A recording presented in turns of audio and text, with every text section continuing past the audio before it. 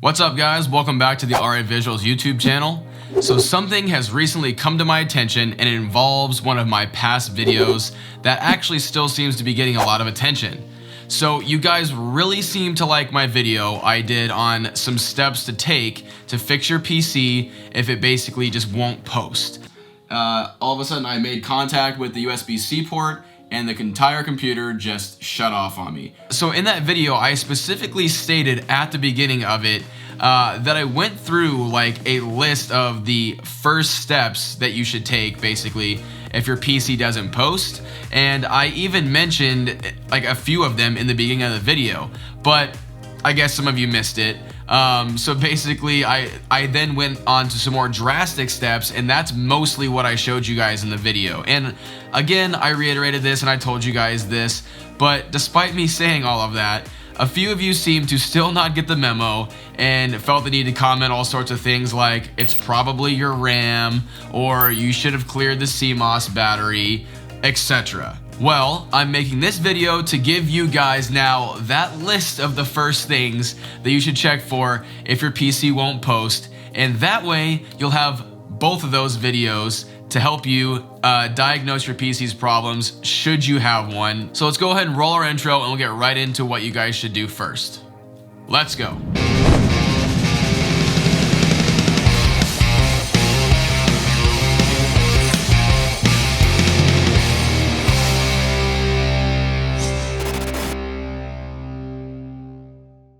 URCDKEY has discounted codes for games and software that are a fraction of what you would pay if you purchased them from a retail store. More specifically, they have great prices on their Microsoft Office 2016 bundle that comes with a Windows 10 license as well.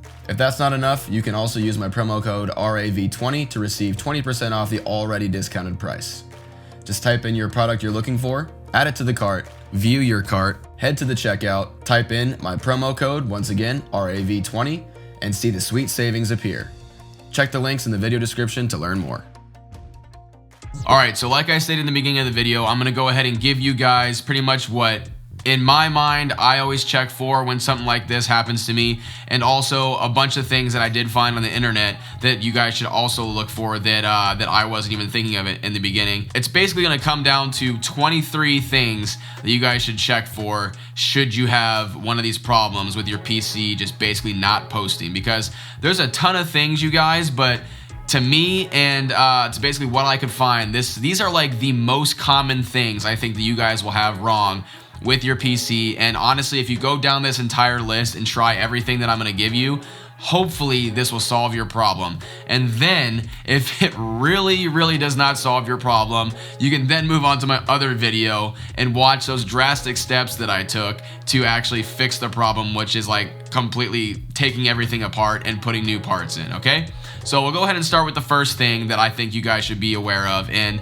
that is, did you guys read your motherboard owner's manual? Yes, you guys need to read this freaking thing, okay? It has all the information about your motherboard. It has everything you need to know about getting your PC first set up with the motherboard and all the things that do go on it. So it is a very good idea to take a look at this thing right here and actually pay attention to what they're trying to tell you. Especially when you first get into it, it tells you like a little bit of a quick start guide right here. So if you guys are really new into building PCs, this is a really great option to show you guys how to get the main things done with building your PC. Step by step right here. Very simple stuff. And if this thing doesn't solve it all for you, the internet's your friend as well, but use this as your guide whenever you have a problem. Check the owner's manual first. Okay, number 2 is going to be, did you plug in the 4 or 8 pin CPU power connector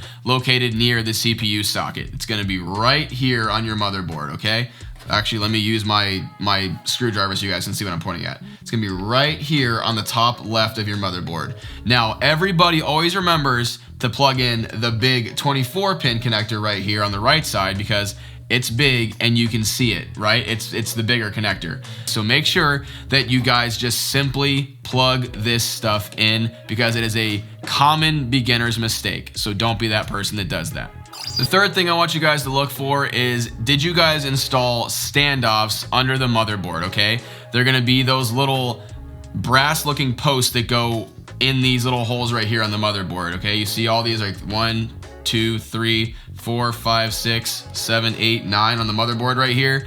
They're gonna be little standoffs that go underneath your motherboard, and they're basically used to hold the board up from the metal parts of your case, sorry. And that is basically to prevent the board from touching anything else that is metal in order to keep it from shorting out, okay? And another thing I want you guys to check for is to make sure that you guys aligned all the screw holes up and you didn't install any extra standoffs, because if you installed a standoff anywhere on your motherboard around here that does not have a hole that lines up with it, it's going to short out your motherboard, okay? It's gonna make, that's basically what it means, is it's gonna make your motherboard not post and your PC is not gonna boot up. So make sure you install A, the correct number of standoffs, and B, you put them in the correct locations on your case. In most cases, they have a layout guide for you to tell you for what motherboard you have. If you have a standard ATX, micro ATX, mini ITX, or extended ATX, they will tell you which standoffs to actually use. Again, check your motherboard manual for more information. All right, number 4, did you guys verify that your video card is fully seated? So a lot of times the video card actually requires a bit more force than a new builder expects. So I'm gonna show you guys right here. It does require a little more force sometimes than you would actually like initially expect it does. So make sure you line everything up, and when you get it in the correct slot, make sure you push down with full force and wait for that click, okay, you guys? And when you get it in there, it should not come out, okay?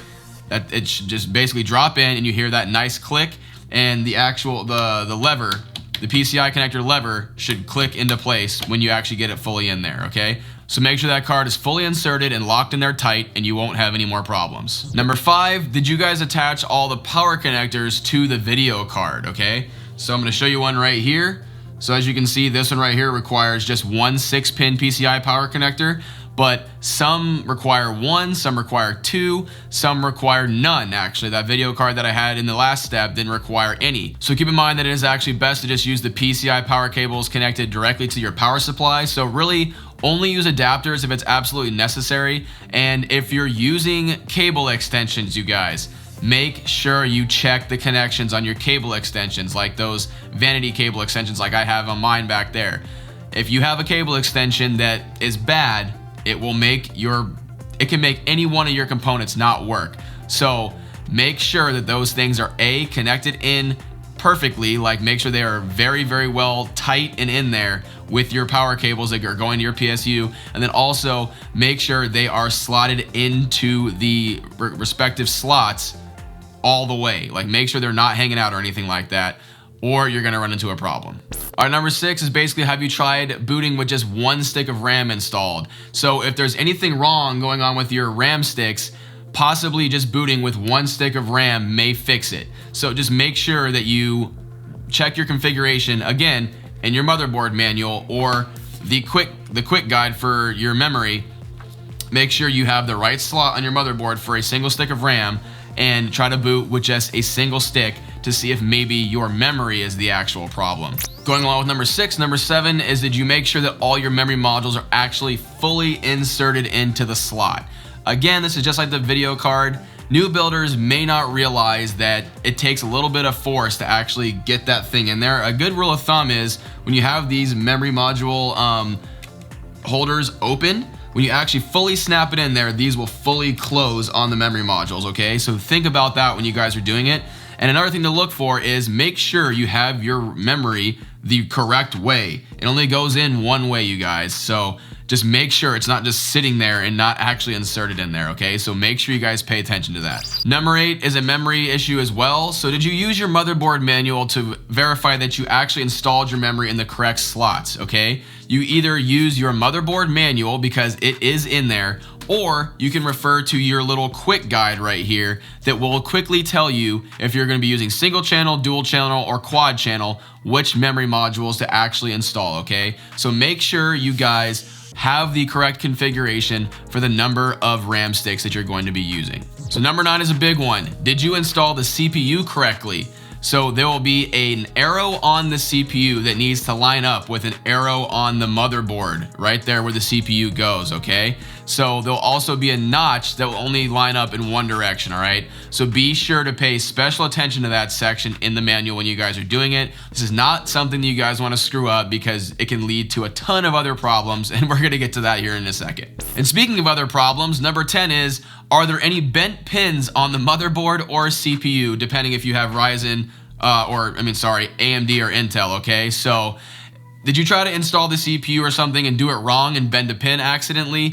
If you have something like that, you're gonna need some serious help. You're gonna have to either try to fix it yourself, or you're gonna need to send it back and try to get it fixed, or buy another CPU, because bent pins on the motherboard or on the CPU, depending on which manufacturer you're using, is never a good thing, and your PC will not post without happening unless you're able to fix it. And number 11 is, if you're using an aftermarket CPU cooler, did you get any thermal paste on the motherboard, the CPU socket, or the CPU pins actually? All right, did you use the smallest amount of thermal grease that you could? Did you put too much thermal grease and it actually got all over the board here somewhere? Because a little bit of a mess like that can cause a short on your board, trust me. So make sure that you guys use like the small grain of rice method or something similar to that, and put only the amount that you actually need when you're installing thermal paste. If you're using an aftermarket cooler and you have to do it, just be very careful when you do it, and don't install or apply way too much, because it may cause you problems. Number 13, is the CPU fan plugged in? So it goes right here, usually on top of the motherboard, and it will be labeled CPU fan. So some motherboards will not boot if it doesn't detect the CPU fan, because basically what it does is it's trying to prevent your CPU from actually burning up. So if you do not install that CPU fan cable, sometimes your board will not boot. So number 14, if you're using a stock cooler for AMD or Intel, did you make sure that the thermal material on the bottom of the cooler is free of any foreign materials? And did you remove the protective coverings that they do come with? Do not try to install it with the plastic on the bottom of it. Trust me, that's not a good thing, okay? And if you have a stock cooler, if it has push pins, that's usually an Intel thing, did you make sure that all 4 were securely pushed in, so that way it makes full contact with your CPU, okay? And then as far as AMD, just make sure that they are actually screwed all the way in, that way that the thermal pad on the bottom of the cooler is actually making contact with your CPU and it's able to actually cool it, okay? You don't want it to not make contact with it and not actually be able to cool your CPU, because that can be open up a whole different can of worms of problems, okay? So just don't do that. All right, so number 15, are there any loose screws laying anywhere around your motherboard, okay? Again, loose screws and stuff like that can cause a short. And did you cable manage and run any wires like directly underneath the motherboard where it's actually touching the motherboard? This again can cause a lot of problems, and maybe cut the sheath on some wires, and that can cause a whole heap of problems, okay? So just don't do that. You basically just need to use the space on the back side of your case to run the motherboard wires and stuff like that, and keep them away from the actual motherboard, and do not let them touch the motherboard on the back of it. Okay, number 16 is, did you ensure that you discharged all static electricity before touching any of your components? Now, computer components are very sensitive to static electricity, and it takes much less voltage than you can see or feel to damage your components. So you should implement some best practices to pretty much best, protect yourself from shorting out your components, or having a catastrophic failure or something like that. So something that I would suggest would be to wear an anti-static wrist bracelet that is attached to something that it grounds you to, or you can actually just before you start working, you can touch a metal part of your case to discharge any static electricity that may be on your hands or something like that, or on your body. But one of the things that you guys do need to definitely look out for that common builders may do is, do not work on a surface that's like a carpet or something like that. That is one of the worst ways to ever build a computer, and it's one of the easiest ways to quickly damage your components, because carpets produce so much static electricity. So it's an easy way to just blow up your entire build. Get on something that's like an anti-static work spot, kind of like the table I have right here. Work on top of your motherboard box. So basically just try to get yourself an anti-static workspace and you'll be all right. Number 17 is, did you check your debug LEDs on your motherboard, or use your speaker that is on your motherboard to listen to your debug codes? Now, these codes and these little LED readouts can give you a really good indication of what is going on with your motherboard, because it'll read out a code and you can basically just Google that code and it will give you something like your RAM is not loading properly or your CPU is not detected or something like that. So these codes can basically really give you a good avenue as what to search for. And if you don't use them, you're basically just kind of blind to what's going on. So they're a very great little helpful little tool that you can use. And like modern motherboards like the one I have back there in my computer have something like that on them, but you can also, like I said, use that little speaker that come with the older motherboards. Number 18 is, did you read the instructions in the manual again, in your motherboard manual, on how to connect the front panel power plugs and the front panel connectors, okay? They're usually located down on like the bottom right part of your motherboard down here, and they are what control like your power LEDs, your hard disk LEDs, and like your power buttons on your case. So if you don't connect those properly, you're gonna go ahead and hit that button on your case to try to power up your build for the first time, and nothing's gonna happen and you're gonna freak out. So make sure you take the time, find the correct page in your manual and connect those properly. And if you get those things switched or for some reason they end up causing a short, you could end up booting your computer in an endless boot loop. So make sure you guys check that, and that could be one of the causes for something like that. So number 19 is a super funny one, and it happens all the time, and that is, did you actually turn on the power switch on the back of your power supply? Super common, people do it all the time. I'm guilty of myself. I've done it a bunch of times, and I've even seen high-end YouTubers that have like millions of subscribers, Linus Tech Tips, they do it all the time, okay? People just get really excited when they're done with a build, and they just want to hit that power button because they're so excited about what they just did. And sometimes you're just like, what's going on? Like, you instantly have that freak out moment, but really, just calm down. All you got to do is flip that switch. And with that, did you actually plug the power supply in to the power supply and then into the wall? Okay, you got to make sure that happens, otherwise you're not going to get any power to your system and it's not going to boot. Number 20 is making sure your CPU is actually supported by the BIOS revision that your motherboard has. And what I mean by that is, like, if you have a Ryzen 3000 CPU and you have a B350 board like this, yes, it's compatible and yes, it will work. But if you do not have the newest BIOS on a board like this, the new chips will not work. So you have to actually update that BIOS to the current BIOS. So if you guys do not know how to do that, and maybe you think that's your problem, I will link a video right up here because I've done this twice already on the channel. So I'm kind of experienced in it, and my latest video will show you step by step how to do that. Okay, so if you're at this point, basically, if those 20 things, is it really 20? You know what, I just checked my notes and I realized I didn't put a number 12 in there. Whatever, we'll leave that one a mystery. I'll let you guys comment down below what number 12 should be. How about that, okay? Because I'm gonna leave it at 23 because I already numbered it in my notes, so I'm not gonna change it. So if you guys want a number 12, leave it down below, okay? Anyway, so number 21, if those 20 things that I said didn't help you already, number 21 is resetting your CMOS, okay? So that is this little battery right here, which controls like your saved memory timings, all that kind of stuff, your overclocks, your fan curves, all that crap. So the correct procedure to do this, I'm gonna run through it right now. So it's this little guy right here. There's a little lever on it. So really you just need like you don't even need a screwdriver really, you just use your hands. You pop this little guy out and you're gonna go ahead and wait 5 minutes while that it's basically just a watch battery. You pull that battery out, wait 5 minutes, and while you're waiting for 5 minutes, you hold down your power button on your case for 30 seconds to discharge, you know, that electricity and reset everything. And then once that 5 minutes is up, go ahead and stick that battery right back in, and then make sure that the battery is the correct way. You see how you can see the logo on it right there? Make sure it's the correct way. It's pretty obvious, but I gotta say it. So make sure it's in there. And then once you do that, reboot your system. Make sure you plug everything back in, of course. Then reboot your system. You'll find that when you reboot your system, you're gonna be into the BIOS and everything, like I said, is gonna be reset. If you had an XMP profile loaded, it's gonna be back to stock again. Your overclock's gonna be reset, your fan curve's gonna be reset, everything.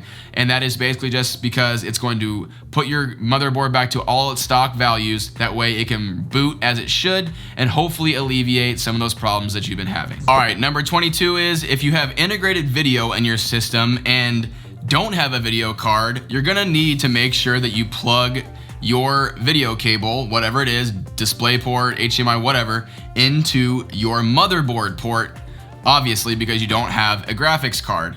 Now, if you do have a graphics card, and the reason I'm telling you this now is because if you reset the CMOS, like I said, sometimes if you have integrated graphics, that will revert the computer back to just using those integrated graphics. So you may need to just plug it into that integrated graphics port first before you then download your drivers again or something like that, and then use your graphics card output. So basically just make sure you plug it into the graphics card ports, because I've had people ask me that a ton of times. Why am I not getting a signal?